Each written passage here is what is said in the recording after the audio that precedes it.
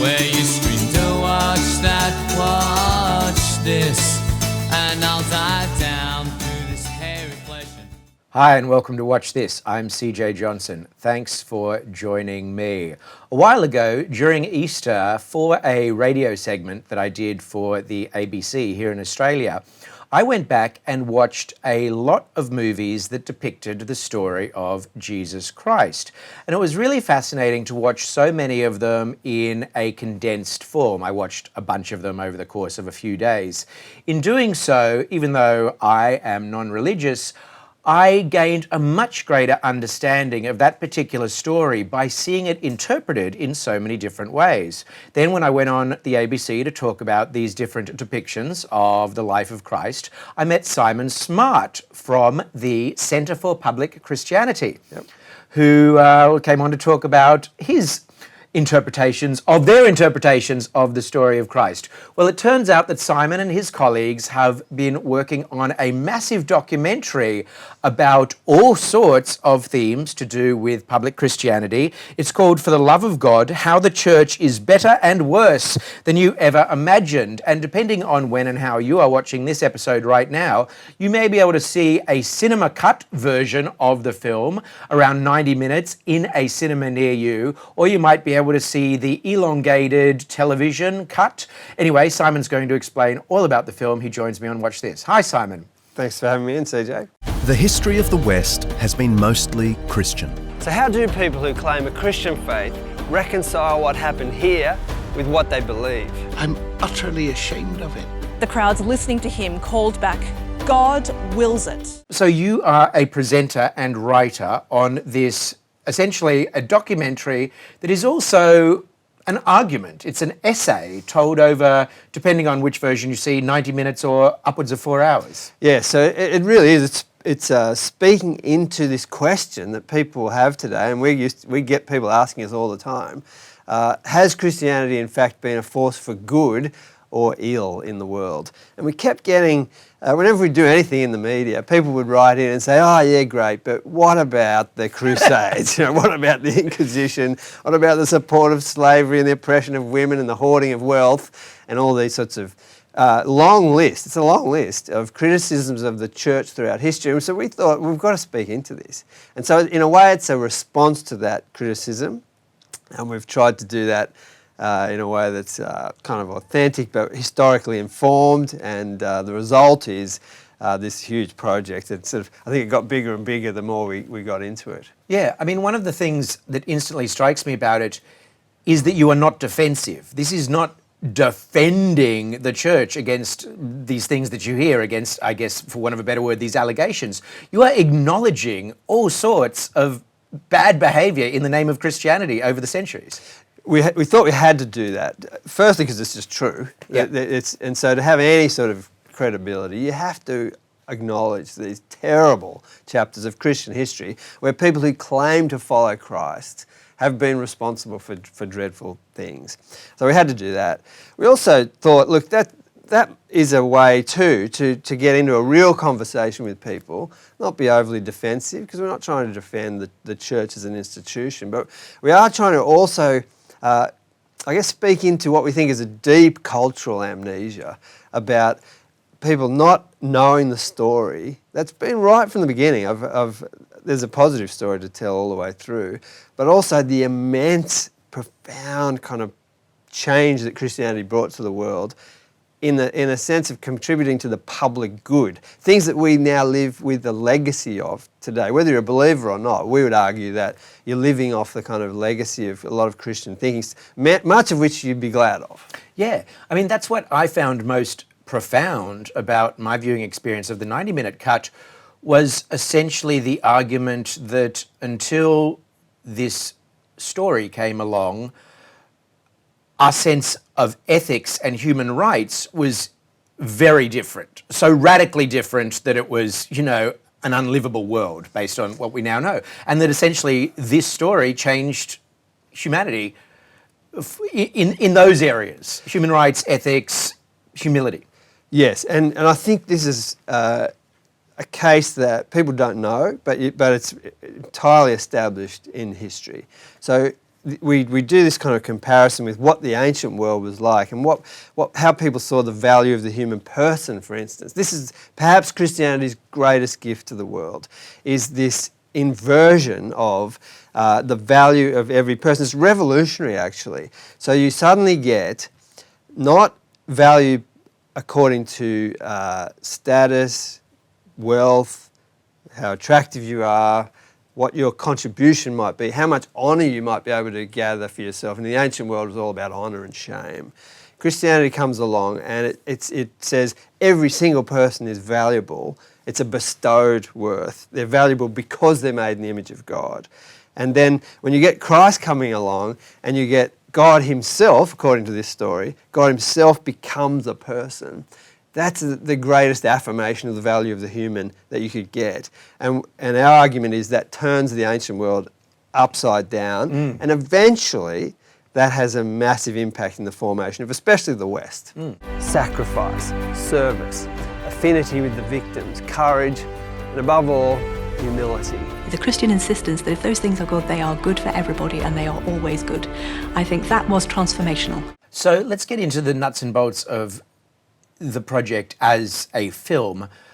What was its genesis and how someone obviously within your centre came up with the idea, and then how was it funded and developed? Sure. So we actually had a documentary written on world religions, and we thought we'd do that, but we kept getting this sort of conversation happening. We thought, actually, that's not the one we need to do. We need to do this one. And so we just sat down and said, we've got to write something on this topic, and we kind of get asked to speak around the place, and we'd all been doing this a bit. What's Christianity brought to the world? It's brought some bad things, but what other things has it brought? And so we just went, right, let's clear the table and start writing this documentary, and we had to go out and raise money for it, and we managed to do that, and so off we went. I think we were a bit naive, to be honest, because we didn't realise, because once you start trying to tell this story, it's so big. Yeah. And we didn't try to be comprehensive, as you know, like it's thematic, but we're sort of barely sort of survived. But we hope we've done something that contributes to a good conversation at least. And at that development stage and funding stage, did you encounter opposition? I mean, is the content considered progressive or even radical because you are acknowledging historical misbehaviour? Yeah, well, it might be. I mean, I don't think it'd be considered that by anyone who's just outside the church. Yeah. So people don't care. They think this, and so but I whatever. mean within the church, maybe the people we managed to help fund it thought that the concept was a good one. The truth is, a lot of Christians are happy to acknowledge. Some aren't, but a lot of Christians are very happy to acknowledge these failings. And in a way, it doesn't surprise them, because Christians are the people who turn up every week at church and confess their failures. Right. So really, I like what Francis Spufford calls the church. He says it's the league of the guilty. It's the people who turn up and go, yeah, we're frail, we're fallen, we're broken people, and we need help. And so in a way, a lot of Christians aren't really that reticent to admit to these failures. Okay. But you see, this is what's interesting. As someone who is non-religious and does not spend a lot of time watching religious content, I was pleasantly surprised by that revelation, because my perception was that actually, this club thinks they're great. Yeah. This club does not acknowledge, the negative side of their past behaviour. And I think both things are true. So I think the perception, there's something to it. Probably the church hasn't always done a good job at the public presentation of what's core to the message, right? Right. So, of course, the church has been guilty of defending the institution at the cost, sometimes terrible cost, of other people, and that's something to be ashamed of. But the people I know who I think have understood what's core to Christianity, absolutely happy to go, we're a failed people. We need redemption. I think redemption stories are made even greater, aren't they, when you recognise that what's needed to be redeemed. And so I'm glad you had that response. Oh, absolutely. That's what we're trying to get across. Absolutely. To me, it was like, this is how wonderful that this is sort of the accepted mode of modern thinking, you know? Yeah, and I don't want to sort of overstate. So we might get pushback from Christians who aren't happy with this, but I just think you can't look at the history and not acknowledge this with any degree of honesty. I know someone who's a very good historian who's a Christian, but he says, I don't know who can read the Reformation history and still be a Christian because the behaviour is so terrible. And yet, what Christians will say is, if you want to sort of rely on Christianity, don't look to the people necessarily, look to the founder. And in a way, that's what this documentary does too. Diseases, land grabs, and outright massacres led to the annihilation of entire communities. For someone to say love your enemies, that just sounded foolish. What's the basis for such a declaration? So let's get to the fun part. You and two of your colleagues basically were chosen as the presenters for this project, and you went all over the world. We really did. We sort of chose ourselves, but we went. It was filmed in, I think it's 11 or 12 countries. We sort of split up the content and therefore the presentation. But yeah, we went all over the place. It's in Israel and Europe and America and in Britain. There's lots of fun places to go. My wife wasn't feeling sorry for me as I headed off to these places. Yeah, it was a lot of fun actually. So the three of you all have a lot of presenting experience. You do a lot of media and content for the centre? Yeah, and so over the years we've filmed lots of content. We do lots of interviews with people. We're keen to sort of be part of conversations that are going on, and we like to get lots of people into our studio and talk to them about life and things that we think matter. Right. And what are your traditional modes of delivery for that content, and how do you see this project as expanding beyond that? Yeah, it's often it's all online. We've got a public library of stuff that's freely available, but it's video interviews, a lot of it. Podcasts, a big emphasis for us these days, and writing material for, we write for normal, non-weird media. So just mainstream media. Okay. And this is a big project for us. We've made documentaries in the past, but this is probably 6 times bigger than anything we've done before. Okay, so this is the big thing. This is a big one for us in the last, several years. Right. Yeah. So we hope it gets out and does, starts up good conversations. Yeah. So some of the countries you went to, well, let's take just one place that you went to and sort of guide us through the shooting of that. Should we take Germany? Yeah, let's do that. Okay. Yeah. So you went there with a crew of... There was about 6 of us. We had 2 camera guys, a sound guy, a producer and a director. And Germany, we went to Germany to tell the story of the German church under Nazism. Yeah, which was a fascinating story. It's not a happy story for the church. So I'd done quite a lot of study on this when I was doing a theological degree.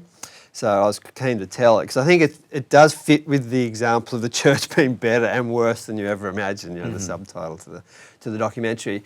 And we wanted just to acknowledge the failures of the church, which were catastrophic failures actually. And you can't understand that period of German history without understanding what the church was doing. Because I would say, had the church been unified in its opposition to Nazism, I don't think they could have managed to do what they did. And you see that in one example in the eugenics movement, where for once the church actually stood up to the Nazis and they backed down. So it's kind of a blip in that story, but it's sort of, in another way, it's damning in terms because of the that bigger blip story. is so huge. Because you just think, well, if it had gone the other way, then Yes. And so we acknowledge this failure. It's complicated though, because of course the church wasn't the only group who were unaware really of where things were headed. And anyone who knows the history well gets a sense of that sort of unfolding nature of this story, where the people weren't really aware. And so we have to give people that. But it's true that some theologians were kind of waving the flag, especially early on. Opposition was rare, but when it was there, and there are some brilliant stories of opposition. And we tell the story of Dietrich Bonhoeffer, who's a famous theologian, who was executed by the Nazis right at the end of the war for his role in a plot to assassinate Hitler. Now, he's a Lutheran pastor. They are taught to be totally obedient to the state. That's a very big theological point in Lutheranism. And he stands out, really stands out as someone who very early on said, this is idolatry, according to his Christian thinking. Okay. And we've got to oppose it. So we told that story. It's a kind of, it's a beautiful story in that he was enormously courageous and principled and took it all the way to his death. And it's this tragic kind of moment where just before the war ends, he's 39, he's engaged to be married. He almost makes it. I think it's 2 or 3 weeks before they liberate the camp. It's Flossenburg concentration camp, and he's hanged. Yeah. And so he's very famous. I mean, Kevin Rudd was famously a fan of Bonhoeffer. Lots of people use Bonhoeffer for what they want these days, but I would say he's a great example of someone who, because of their faith, stood up to a regime that was clearly evil, but paid for it big time. Yeah, no, I found his story inspiring.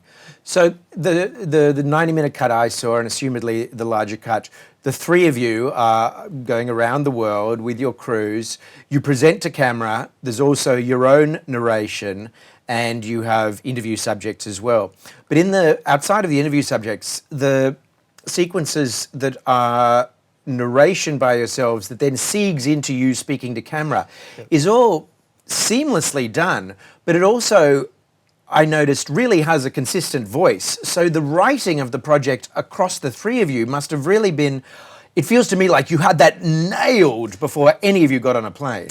Yes, we worked very hard at that kind of, script's not quite the right word, but to tell a story. And I'm pleased that you had that reaction, because we didn't always feel like it was. We felt like it was hard work to achieve that. Yeah, well, it's tricky, and it's not easy to do. So we didn't quite do it as well as in terms of the planning as you'd indicated. So we've sometimes had to work back through it to make sure that it flows. Yeah.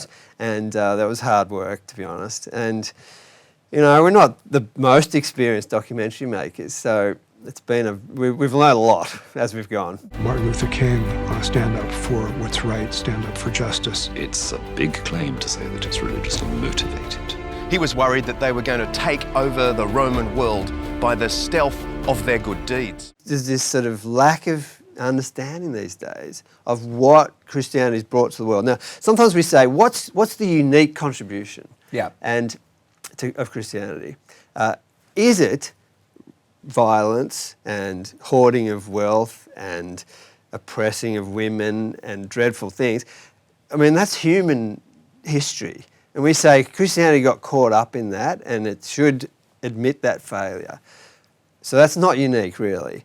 What is unique are some of the things like human value and the things that flow out of that, charity and hospitals and care for the poor and universal literacy. These are things that Christianity has brought to the world. Now, whether you're a believer or not, it'd be kind of good, I think, just to know that story. Yeah, absolutely. Yeah. Well, I got all of that and very much feel the richer for it. I found it was a very eye-opening movie for me. So, it's done. You've got these two cuts. Obviously, there is a Cinema Fan Force version. Yes. And where is the best link people can go to find out all about the project and how they can see it in its various forms? Yes, thanks. It's betterandworse.film is the best place to go, and then you can see where it's showing. You can host your own screening if you want. That's how the Fan Force system works. So betterandworse.film, and that will also tell you when the digital material becomes available, and you can download the 4 one-hour episodes, as well as look at all the segments, which will be standalone segments. So I think it would be great, because people might want to just look at, let's look at Old Testament violence or slavery in the Bible or something like that, and you can pull that out and watch it with your friends or show it to your school kids or whatever. No, that's a great idea. I see. So that's a fantastic format of delivery. So you're going to be doing it through the Centre's own infrastructure. Yes, that's right. That'd be available as a 4-hour download, all the segments. And how many segments are there in total? I was about 36 or something that's like terrific. That. What a huge, massive, rich, multi-format thing you've created. Yeah, it is. It's big. Are you already talking about the next one? No, not yet. Really? I mean, we sort of are, but we're not game to yet. Yeah. We need to recover from this one. Yeah. Yeah, this has been a big project. Yeah. Like from idea to now that it's going to the cinemas, how long is this? 3 years, bit over, 3.5. That's big. Yeah. And we've kept our other work going, but it's put it I don't want to sound like I'm complaining. It was great. But it's it's like these huge projects. You get to the end of them, you think, I need a need a trip to Byron Bay for a week before I can think about the next one. For the Love of God, How the Church is Better and Worse Than You Ever Imagined is the full title of the film in both its versions. Simon Smart has been my guest on Watch This. Thank you very much, Simon. Oh, thanks so much, CJ. You can resist a system but still love individuals. If that sounds like a modern message, it's because Jesus' teaching influenced our world more than we realize. Put it in practice, and you'll have a major contribution to a peaceful world.